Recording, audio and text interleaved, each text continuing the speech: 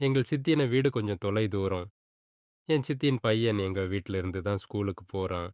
அன்னைக்கு அவனோட முதலில் என் சித்தியோட வீட்டுக்கு வந்திருந்தான். என் சித்தி சொன்னார், "உன் தம்பி இன்றிலிருந்து இங்கிருந்து தான் ஸ்கூல் செல்லப் போறான். அவன கவனமா பார்த்துக்கோ. ரோகிணி, நீதான் அவனுக்கு தேவையான எல்லா பாடங்களையும், படிப்பினிகளையும் கற்றுத் தர வேண்டும்." என்று அவர் சொன்னார். நான் சொன்னேன், "சித்தி, என் தம்பிக்கு நான் எல்லாம் சொல்லிக் கொடுக்கிறேன்." அப்போது அவன் என்ன மேலிருந்து கீழாக வித்தியாசமான பார்வையில் பார்த்தான். அந்த வித்தியாசம் எனக்கு அப்போது புரியவில்லை. என் சித்தியின் மகன், அவன் இருக்கும் ஊரில் இருக்கும் நண்பர்களோடு சேர்ந்து கெட்டுப் போய்விட்டானாம். என் சித்தி, அவன் அந்த ஊரில் இருந்தால் அவனைத் திருத்த முடியாது. அவனுடைய நண்பர்களுக்கு நல்ல பழக்கம் என்பதே கிடையாது.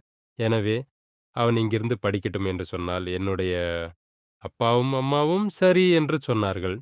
நானும், அவன் என் சித்தியின் மகன்தானே, என் தம்பிதானே, இருக்கட்டும் என்று விட்டுவிட்டேன். அவன் பார்ப்பதற்கு கொஞ்சம் வெகுளியானவனாக இருந்தாலும், உள்ளுக்குள் ரொம்பவும் பயங்கரமானவன் என்பதை எனக்கு அன்றிரவுதான் தெரியும். நாங்கள் எல்லோரும் சித்தி போன பிறகு, இரவு உணவைச் சாப்பிட்டு, பிறகு அவரவர் படுக்கைக்குப் போய் படுத்து உறங்கிக் கொண்டிருந்தோம். அப்போது என் தம்பி, ஹாலில் சோஃபாவில் அமர்ந்து படம் பார்த்துக் கொண்டிருந்தான். என் சித்தியின வீட்டில் டிவி இல்லாததால், அவன் இன்று நாள் முழுவதும் பார்க்கட்டும் என்று சொல்லி, என் தந்தையும் தாயும் மேலே உள்ள அறையில் படுத்துக் கொண்டிருந்தார்கள். நான் கீழறையில் படுத்திருந்தேன். அப்போது ஒரு 12 மணி இருக்கும். என் தம்பி மெதுவாக என்னுடைய அறைக்கதவைத் திறந்து கொண்டு உள்ளே வந்தான். நான் அப்போது விழித்துதான் இருந்தேன். அவன் வருவதை நான் கண்டு கொண்ட பிறகு, நான் மல்லாந்து படுத்துக் கொண்டேன். என் அருகில் வந்தவன், என்னுடைய தொலைபேசியை எடுத்து கேமராவை ஆன் செய்து கொண்டான். என் அருகில் வந்து என் உடலைத் தீண்ட முயற்சித்தான். அப்போதான் தெரிந்தது, இவன் எவ்வளோ கெட்டுப் போயிருக்கிறான் என்று. மீண்டுக்கும் அவன் என் கன்னங்களையும் என் உதடுகளையும் தீண்டினான். நான் அப்போது எதுவும் சொல்லாமல் படுத்து அறைக்கண்ணில் பார்த்துக் கொண்டிருந்தேன். என்னுடைய அறை சற்று வெளிச்சம் குறைவாக இருந்ததால் நான் பார்த்துக் கொண்டிருப்பது அவனுக்கு பெரிதாகத் தெரியவில்லை.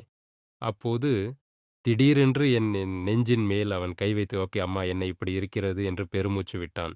ஒரு நிமிடம் என் அழகை நினைத்து நான் பொறாமைப்பட்டாலும், என்னுடைய தம்பி இப்படிச் சொல்கிறான் என்று கொஞ்சம் கவலையாத்தான் இருந்தது.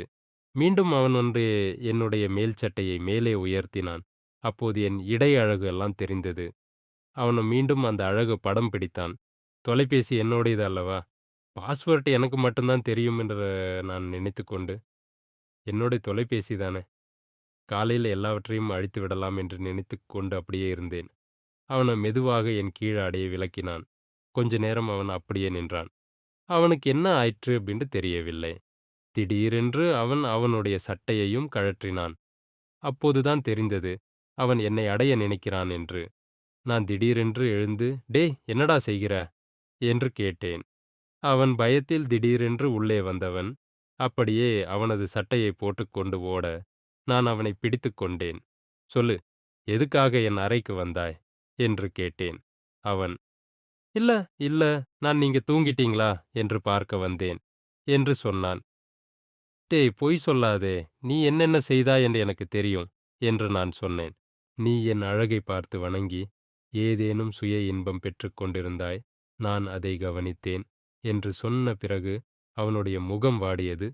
என்னிடம் கெஞ்சி அழ ஆரம்பித்தான். என்னுடைய அம்மாவிடம் சொல்லிவிட வேண்டாம். பெரியப்பா, பெரியம்மாவிடமும் சொல்லிவிட வேண்டாம் என்று என்னிடம் கெஞ்சினான். சரி, நான் சொல்ல மாட்டேன். அப்போது அவன் கொஞ்சம் தயக்கமின்றி, "நான் இங்கே படுத்துக்கொள்ளவா உங்களோடு?" என்று சொன்னான். இப்போது நான் கொஞ்சம் தயங்கினாலும், அவன் கேட்ட பிறகு, "நீ இப்போது இப்படிச் செய்கிறாய். எங்க அருகில் படுத்துவிட்டா என்னென்ன செய்வாய்?" என்று நான் கேட்டேன். அதுக்கு ஒண்ணும் நான் செய்ய மாட்டேன். நான் படுத்துக்கொள்கிறேன்" என்று சொன்னான். அப்பொழுது சரியென்று அவனைப் படுக்கச் செய்துவிட்டு, நானும் படுத்திருந்தேன். மீண்டும் அவன் 2 மணி அளவில் என் உடலோடு உடலாக ஒட்டியிருந்தான். நான் அவனைத் தள்ளிப் போகச் செய்தேன். ஆனால் அவன் தள்ளிச் சென்று, மீண்டும் நான் தூங்கிய பிறகு என் அருகில் வந்து ஒட்டிக்கொண்டான். காலை பொழுது விடிந்தது. அப்போது என் தொலைபேசியை எடுத்து நான் பார்த்தபோது, என் தொலைபேசியில் ஒரு படங்களும் இல்லை.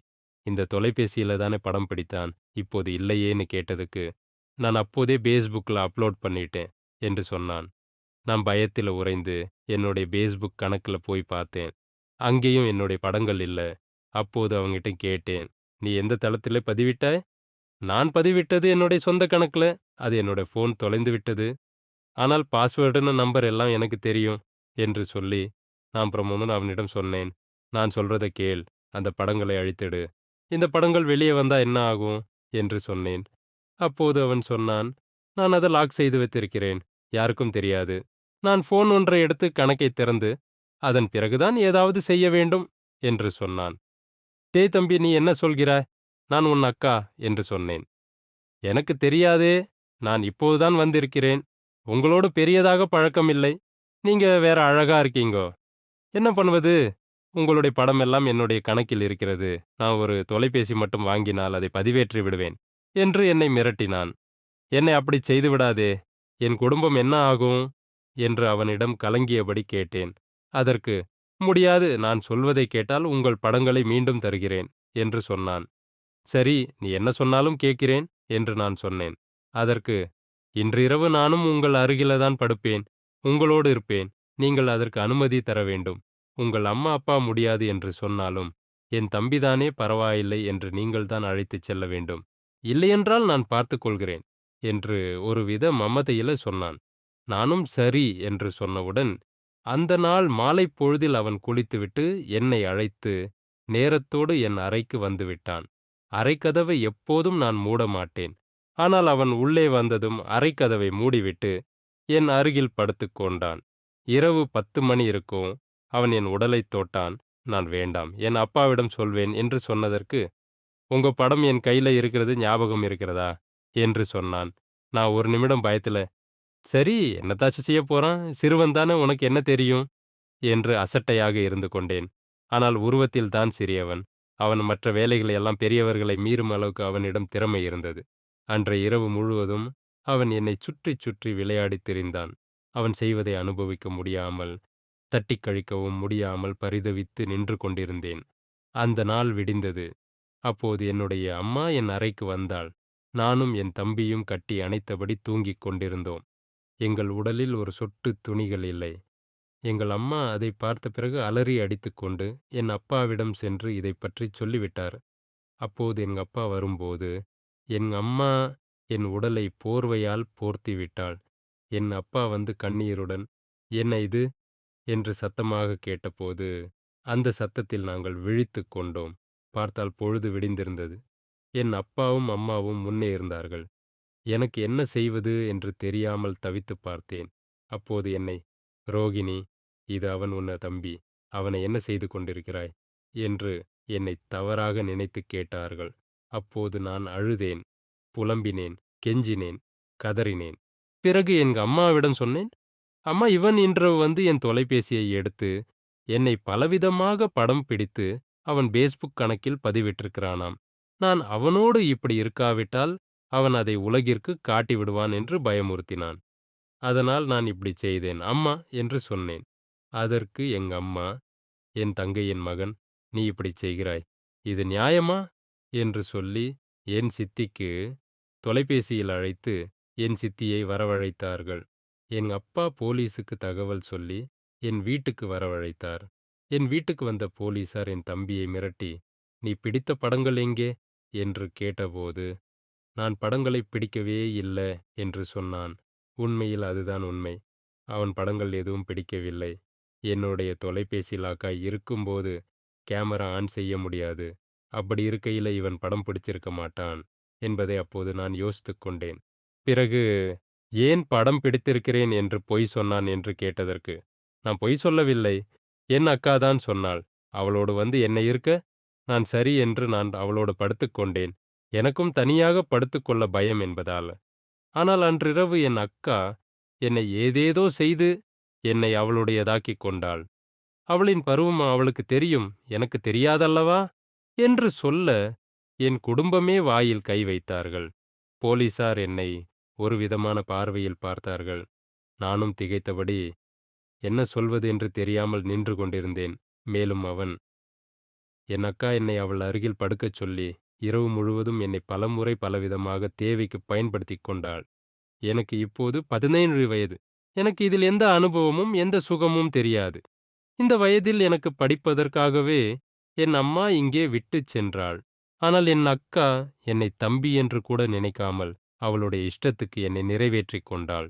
இந்த விஷயம் முதல் நாளிலிருந்து நடக்கிறது. நான் தான் பயத்தில் யாரிடமும் சொல்லாமல் இருந்தேன் என்று சொன்னதும், என் தாய் என் கன்னத்தில் வேகமாக அறைந்தார். அந்த அடி என்னால் தாங்கிக் கொள்ள முடியவில்லை. என் அப்பா கண் கலங்கியபடி அருகில் இருந்த சோஃபாவில் உடைந்து அமர்ந்தார். நான் என்ன சொல்வது என்று தெரியாமல் திகைத்தபடி, "ஏன் தம்பி, இப்படி பொய் சொல்கிறாய்? நீதானே என்ன படம் பிடிச்சிருக்கிறேன். நான் சொல்றத கேள். இல்லைன்னாம்மா நான் பதிவேற்றி விடுவேன் என்று என்ன பயமுறுத்தினாய். இப்போது ஏன் இப்படிச் சொல்கிறாய்?" என்று கேட்டதற்கு, நான் எப்போது அக்கா அப்படிச் சொன்னேன்? நீங்க தான் சொன்னீர்கள், என்னோடு இப்படி இரு. உனக்கு தேவையான பணம், சாக்லேட் எல்லாம் வாங்கித் தருகிறேன் என்று சொன்னாய். இப்பொழுது ஏன் மாற்றிச் சொல்கிறாய்? என்று என்னிடம் கேட்டான். நான் சொன்னதை யாரும் நம்பவில்லை. ஏனென்றால் எனது வயது 25. என்னுடைய பருவத்தை அவர்கள் கடந்துதான் வந்திருப்பார்கள். எனவே நான் சொன்னதை யாரும் நம்பவில்லை. நான் மனம் உடைந்து போனேன். நான் சிறிதாக விட்ட பிழையால் இன்றைக்கு என் குடும்பமே சிதறிப் போனது. பிறகு என்னை போலீசார் சிறுவர் துஷ்பிரயோகத்தில் கைது செய்து ஜெயிலில் போட்டார்கள். நான் கதறி அழுதேன். பெண் போலீசார் என்ன வந்து சோதிச்சாங்க. அப்போ அவங்க கிட்டவும் சொன்னேன். என் தம்பி தான் இந்த மாரி பண்ணான் என்று. இப்போது என்னுடைய தொலைபேசியை அவங்களோட மேட்ச்ல பரிசோதனைக்கு அனுப்பி வச்சாங்கோ. கடைசியில் என்னுடைய தொலைபேசியில் எந்த படமும் யாரும் பிடிக்கவில்லை. அவன் என்னிடம் பொய் சொல்லி என்னை அடைந்திருக்கிறான். நான் என் தொலைபேசியை அப்போதே பார்த்திருந்தால் அதிலிருந்து தப்பித்திருக்கலாம். நான் அதை தவறவிட்டதை எண்ணி கண்ணீர் வடித்துக் கொண்டிருக்கிறேன். மாதங்கள் கடந்தது, வருடங்கள் கடந்தது. நான் என் வீட்டுக்கு வரும்போது என் வீட்டில் யாரும் இருக்கவில்லை. ஆனால் என் தாய் தந்தைக்கு புகைப்படத்திற்கு மாலை போடப்பட்டிருந்தது. நான் பக்கத்து வீட்டில் கேட்டபோது அவர்கள் என்னிடம் பதில் ஏதும் சொல்லாமல் முகத்தை திருப்பிக் கொண்டார்கள். அப்போது அங்கிருந்த ஒரு பாட்டி, "உன்னுடைய தாய் தந்தை இந்த ஊரில் உள்ளவர்களின் தகாத வார்த்தைகளுக்கு ஆளாகி தூக்கிட்டு இறந்து விட்டார்கள். உனக்கு தெரியாதா? நீ இப்போதுதானே வீட்டுக்கு வந்திருக்கிறாய், அதுதான் தெரியவில்லை" என்று சொன்னார்கள். நான் அப்போதே என் வாழ்க்கையில் நான் ஏன் வாழ்கிறேன் என்று உணர்ந்து கொண்டேன். அப்போது வீட்டினுள்ளே சென்று பார்த்தேன். என் தாய் தந்தையர் ஒரு கடிதத்தை என் அறையில் வைத்திருந்தார்கள். "அன்பு மகளே, உன்னை நேசமாக, உனக்கு தேவையான எல்லாவற்றையும் செய்து உன்னை பார்த்துக் கொண்டோம். ஆனால் உன்னுடைய இந்த ஆசைக்காக இப்போது உன்னை விட்டுப் பிரிந்து செல்கிறோம். நீ வரும்போது உன்னை பார்க்க எங்களுக்கு மனமில்லை. எங்களை மன்னித்து விடு. இனி உன் இஷ்டம் போல் இரு. எங்களை விட உன் ஆசைதானே உனக்குப் பெரியது" என்று எழுதியிருந்தது. நான் எவ்வளவு பெரிய முட்டாள்தனம் செய்திருக்கிறேன் என்று அப்போதுதான் உணர்ந்தேன். கடைசியில் என் சித்தியின் மகனும் அங்கே இல்லை. என்னை உயிராகப் பார்த்துக் கொண்ட என் தாய் தந்தையும் இல்லை. ஊரில் இருக்கும் இளைஞர்கள் என்னை தவறாகப் பார்க்க ஆரம்பித்தார்கள். பிறகு அந்த ஊரில் இருக்கும் எந்த ஒரு பெண்ணும் என்னிடம் பேசுவதில்லை. இப்போ நான் ஒரு அனாதையாக அந்த வீட்டில் தனிமையாக வாழ்ந்து கொண்டிருக்கிறேன். இதற்குப் பிறகு எனக்கு ஒரு வாழ்க்கை அமையும் என்ற நம்பிக்கையும், என் வாழ்க்கை நலம் பெறும் என்ற நம்பிக்கையும் இல்லாமல் போய்விட்டது. பிறகு சில மாதங்கள் என் வீட்டில் இருந்துவிட்டு நான் நகரத்துக்கு வந்துவிட்டேன். இப்போது நாயும் பேயுமாக இருந்து கொண்டிருக்கிறேன். எனக்கென்று ஒரு வீடு கிடையாது. கிடைக்கும் தொழில்களை செய்து கொண்டு பித்துப் பிடித்ததைப் போல் என் வாழ்க்கையை வாழ்ந்து கொண்டிருக்கிறேன். என் அன்பு நண்பர்களே, நீங்களும் உங்களுடைய இந்த இழிவான ஆசைக்கு யாரிடமும் இடம் கொடுக்காதீர்கள்.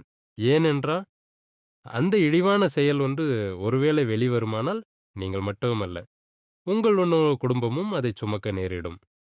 பெண் பிள்ளையாகிய நீங்கள் கவனமாக இருங்கள். நம்ப அனுமதிக்காத வரை எந்த ஒரு செயலும், எந்த ஒரு சொல்லும் நம்மை வந்து தாக்காது. இந்த கதை பத்தின உங்களோட கருத்துக்கள கீழ இருக்கும் கமெண்ட் செக்ஷன்ல ஷேர் பண்ணுங்க. அடுத்த இன்னொரு கதையில சந்திக்கலாம். நன்றி.